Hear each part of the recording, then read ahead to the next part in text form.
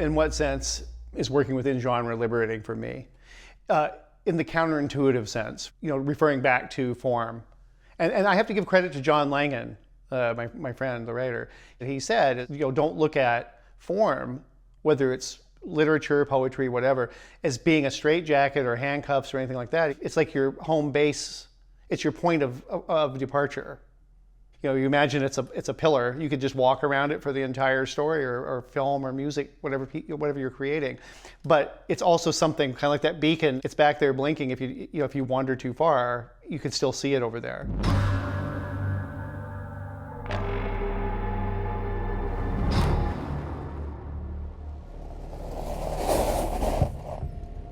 Jack's cabin lay inland at the far end of a dirt spur.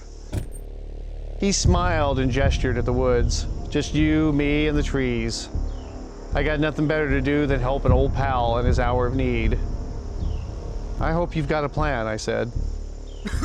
He coughed into a handkerchief, belly-ripping, Doc Holliday kind of coughing. And he wiped his mouth and had a belt of whiskey.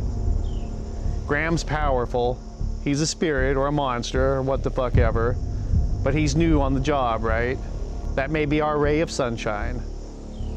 He scanned the red-gold horizon and muttered, "Trouble headed this way," and hustled me back to the house.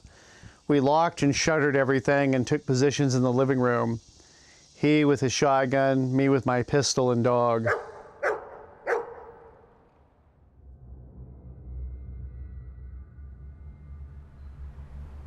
Something that's been on my mind for many years. I've written about it. Someone or something has haunted me since Alaska, and it does to this day. I was working at a cannery, and we had train tracks behind the cannery, and you were forbidden to go anywhere near the train tracks. And a worker said that I was out there on scrambling around on the train. And of course I wasn't. It wasn't me. I couldn't have done it because I was somewhere else. I said, "No, you saw somebody that looked like me." And they said, "With a patch and your height and your build, really?" That became a theme. I had a doppelganger, but I have no explanation. Like the one that strikes me is I was taking that martial arts class, and one of the students said, "Dude, I thought you lived in the U district." I said, "Yeah, I do." He goes, "Then why did I see you the other morning across town at 5 in the morning? I asked you if you wanted to ride. I yelled out, and you kind of ignored me. And you looked over your shoulder and gave me this evil grin and then went up an alley." A person in Dakota who worked at a casino as a dealer, they were adamant that I had come into the casino for a couple years all the time. And I wouldn't tell them my name. I would say, "You know who I am." How do we know that I'm not talking to the doppelganger right now? You don't.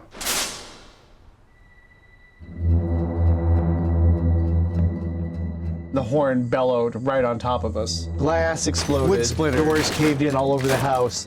And the hounds rolled into the living room. A couple of fingers were missing from my left hand and blood pulsed.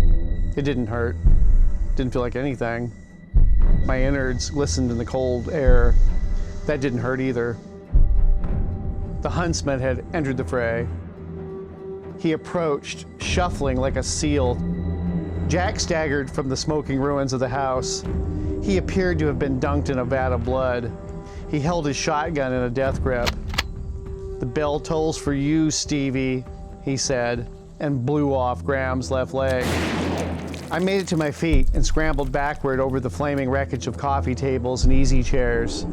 All but dead, but still fighting, an animal to the end. Jack's shotgun blazed a stroke of yellow flame. Blam, blam. Graham's hands went bye-bye. The next slug severed his spine. He stuck the barrel under Graham's chin and took his head off with the last round. I cheered telepathically, then I finished dying. The score as the curtains closed was so fucking beautiful.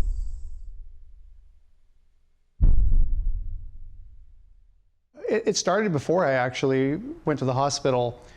I would have dreams, and they were really rational.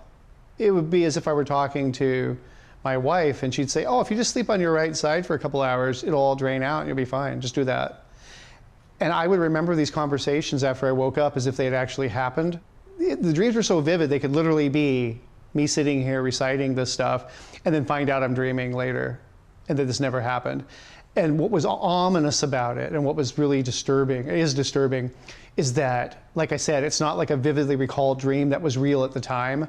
It was real for days afterward, that I would actually think that this had happened. And so in other words, false memories.